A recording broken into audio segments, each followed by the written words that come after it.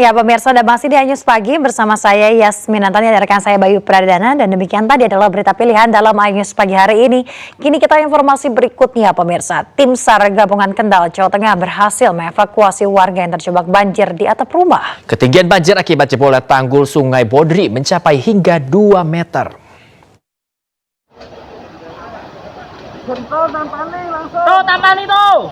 Dengan menggunakan perahu karet, tim SAR gabungan ini berusaha mengevakuasi warga yang terjebak di atap rumah di Desa Kebon Harjo, Petebon, Kendal, Jawa Tengah Selasa dini hari. Alon, ojo ditarik banter. Ngetut kirafi wae, ojo ditarik. Warga ini naik ke atap rumah setelah banjir besar akibat jebolnya tanggul Kali Bodri. Tamai, baik, tamai nih, Mbak. Alon.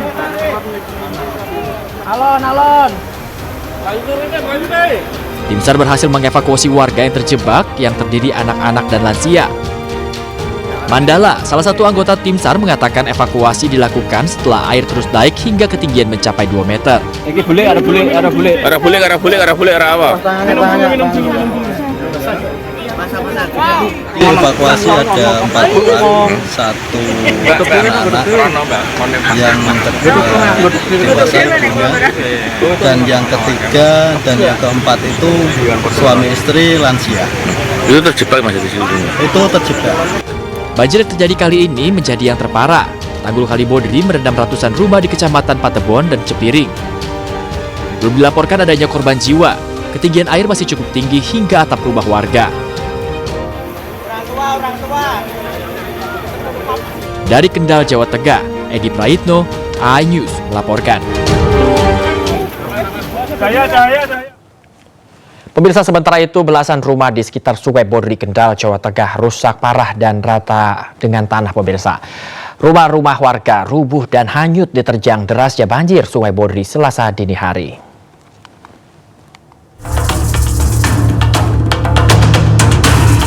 Terjangan banjir jebolnya tanggul Kali Bodri di Dusun Babadan, Desa Kebon Harjo, Kecamatan Patebon, Kendal, mengakibatkan belasan rumah porak-poranda dan sebagian lainnya rusak parah. Tidak ada satupun harta benda yang bisa diselamatkan, sementara para penghuni telah dievakuasi sesaat sebelum tanggul jebol. Semula, warga mulai mengamankan barang ke tempat yang aman saat air mulai masuk rumah. Namun selang 10 menit, air bah menerjang rumah warga dan tidak ada yang bisa diselamatkan. Nah, itu jam berapa kita coba? Jam 12. Jam 12 langsung besar gitu airnya. Kan tadinya merembes dari situ. Dikit-dikit langsung cepet sekali kok. Berarti warga nggak sempat ngungsi ya? Udah pada aku lagi naikin mobil itu kendaraan di atas. Terus udah nengokin saudara yang di yang rumahnya roboh. Pulang ke sini udah nggak bisa. Udah langsung naik panggung situ. Sejumlah warga mencoba bertahan di lantai 2 rumah, sedangkan korban lainnya menunggu evakuasi petugas. Data BPBD Kabupaten Kendal mencatat, banjir mulai terjadi pada Senin malam dan semakin besar pada Selasa dini hari. 6 kecamatan terdampak banjir, 2 diantaranya Kecamatan Patebon dan Kota Kendal mengalami dampak terparah. Dari Kendal, Jawa Tengah, Edi Praitno, iNews melaporkan. Pemirsa, puluhan warga lanjut usia dievakuasi petugas saat air tanggul Sungai Tuntang jebol di wilayah Kecamatan Godog Grobogan, Jawa Tengah.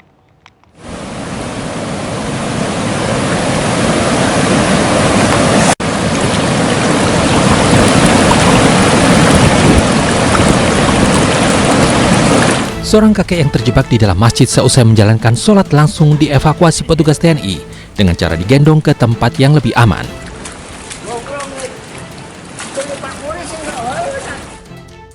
Puluhan lansia juga dievakuasi petugas menuju rumah kepala dusun yang digunakan sebagai tempat pengungsian darurat. Selain itu juga beberapa anak dan balita juga dievakuasi mengungsi ke tempat yang lebih aman dari banjir. Ratusan rumah warga di Desa Tinanding, Kecamatan Godong Grobogan, Jawa Tengah terendam banjir setinggi 70 cm hingga 1 meter akibat tanggul Sungai Tuntang jebol.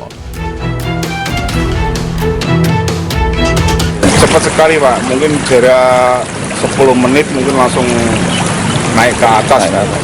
Tadi warga sempat kaget atau gimana? Ya kaget juga sih. Langsung mengevakuasi semua barang-barang? Iya, langsung mengamankan barang-barang yang ada listrik-listrik gitu. Selain merendam rumah warga, derasnya arus Sungai Tuntang juga merendam jalan raya penghubung Grobogan Semarang hingga mengakibatkan arus lalu lintas lumpuh. Dari Grobogan, Jawa Tengah, Rustama Nusantara, iNews melaporkan. Jalan Grobogan Semarang di Desa Tinanding, Grobogan tidak bisa dilalui kendaraan karena terendam banjir, pemirsa. Banjir yang terjadi akibat tanggul Sungai Tuntang yang jebol ini sempat membuat warga panik.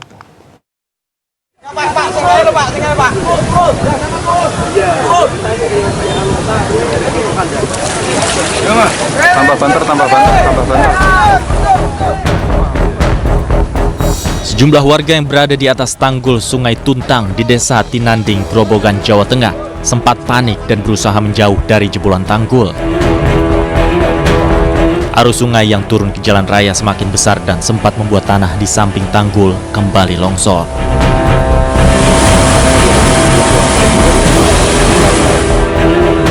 Tanggul Sungai Tuntang setinggi 10 meter jebol dengan panjang 15 meter akibat debit air semakin meningkat. Tanggul ini sudah menjadi langganan banjir setiap tahun karena tidak ada upaya penanggulangan secara permanen. Hingga kini sudah ada 5 titik tanggul Sungai Tuntang yang jebol.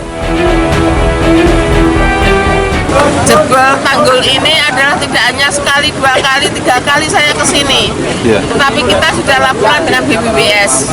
Dan semoga untuk ke depan supaya juga diperhatikan tanggul-tanggul yang 5 titik di sini supaya tidak terjadi jebol lagi.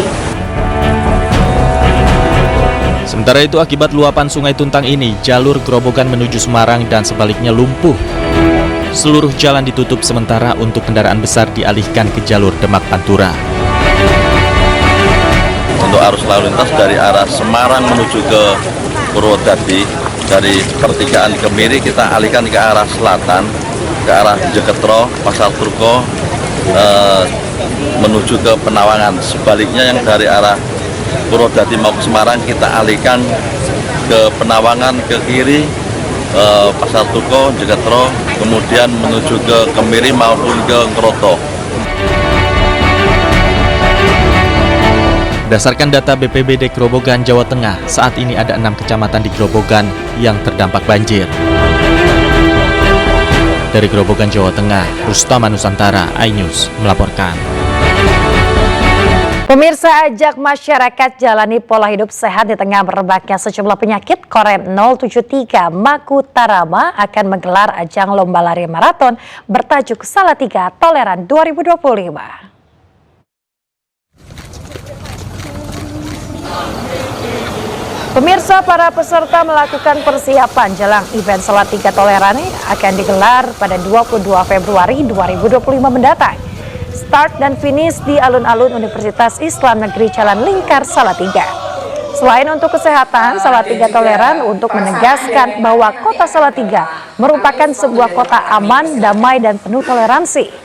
Lomba akan dilaksanakan dengan 2 kategori, yakni kategori 5K Fun Run bagi pegiat hobi lari, sementara 10K Race bagi para atlet lari maraton. Selain menyediakan medali bagi 36 peserta yang berhasil menjadi juara, panitia juga menyiapkan hadiah berupa uang tunai sebesar 75 juta rupiah.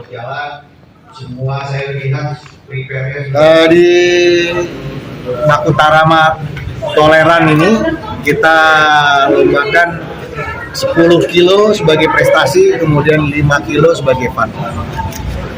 Terus kita berharap demikian, Mas, bahwa ini jadi habit, jadi kebiasaan, kemudian kita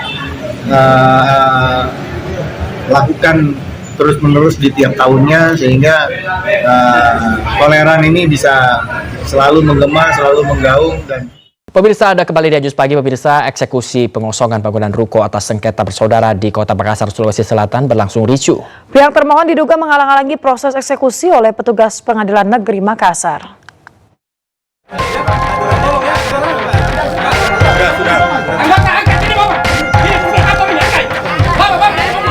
Eksekusi pengosongan bangunan ruko oleh Pengadilan Negeri Makassar di Jalan Satangga, Kecamatan Bontoala, Kota Makassar, Sulawesi Selatan diwarnai ketegangan. Meski Panitera Pengadilan Negeri Makassar telah membacakan amar putusan, pihak termohon diduga berupaya menghambat proses pengosongan hingga terlibat debat kusir dengan pihak keamanan membuat salah satu pihak termohon terpaksa diamankan ke mobil kepolisian. Akhirnya proses pengosongan berlanjut. Para buruh yang ditunjuk berhasil mengevakuasi barang milik termohon dari dalam ruko ke truk yang telah disiapkan. Proses pengosongan ini pun berlangsung dengan pengamanan ketat pihak kepolisian. Adalah dilaksanakan pengamanan eksekusi, di mana pengamanan eksekusi ini yang berkekuatan hukum tetap, sehingga kami dari penegak hukum melaksanakan tugas yang diberikan oleh undang-undang untuk mengamankan berjalannya situasi daripada eksekusi di Jalan Setangga. Diketahui dalam objek sengketa ini melibatkan dua bersaudara, yakni pemohon Haji Abustan dengan termohon saudaranya sendiri, Muhammad Anwar dan Siti Marwa. Sengketa ini dimenangkan pemohon Haji Abustan hingga keluar putusan ingkrah dari Mahkamah Agung. Oleh itu, pihak termohon diminta mengosongkan tanah bangunan ruko yang ditempati termohon secara sukarela, namun tidak kunjung dilakukan sehingga meminta kepada Pengadilan Negeri Makassar untuk melakukan pengosongan sengketa. Bentrokan fisik, ada peristiwa pidana di dalamnya. Setelah selesai peristiwa pidananya, saya gugat pengosongan. Gugatan pengosongannya, perbuatan melawan hukum, saya gugat di Pengadilan Negeri, saya menangkan, Pengadilan Tinggi saya menangkan, dan tingkat kasasi di Mahkamah Agung dimenangkan. Berdasarkan putusan yang telah berkekuatan hukum tetap, itulah yang dilaksanakan eksekusi pada hari ini. Kendati sempat diwarnai ketegangan, proses pengosongan bangunan ruko ini berhasil dilakukan. Pintu ruko akhirnya diborgol oleh pihak Pengadilan Negeri Makassar, disaksikan pihak kepolisian. Dari Makassar, Leo Muhammad Nur, iNews melaporkan.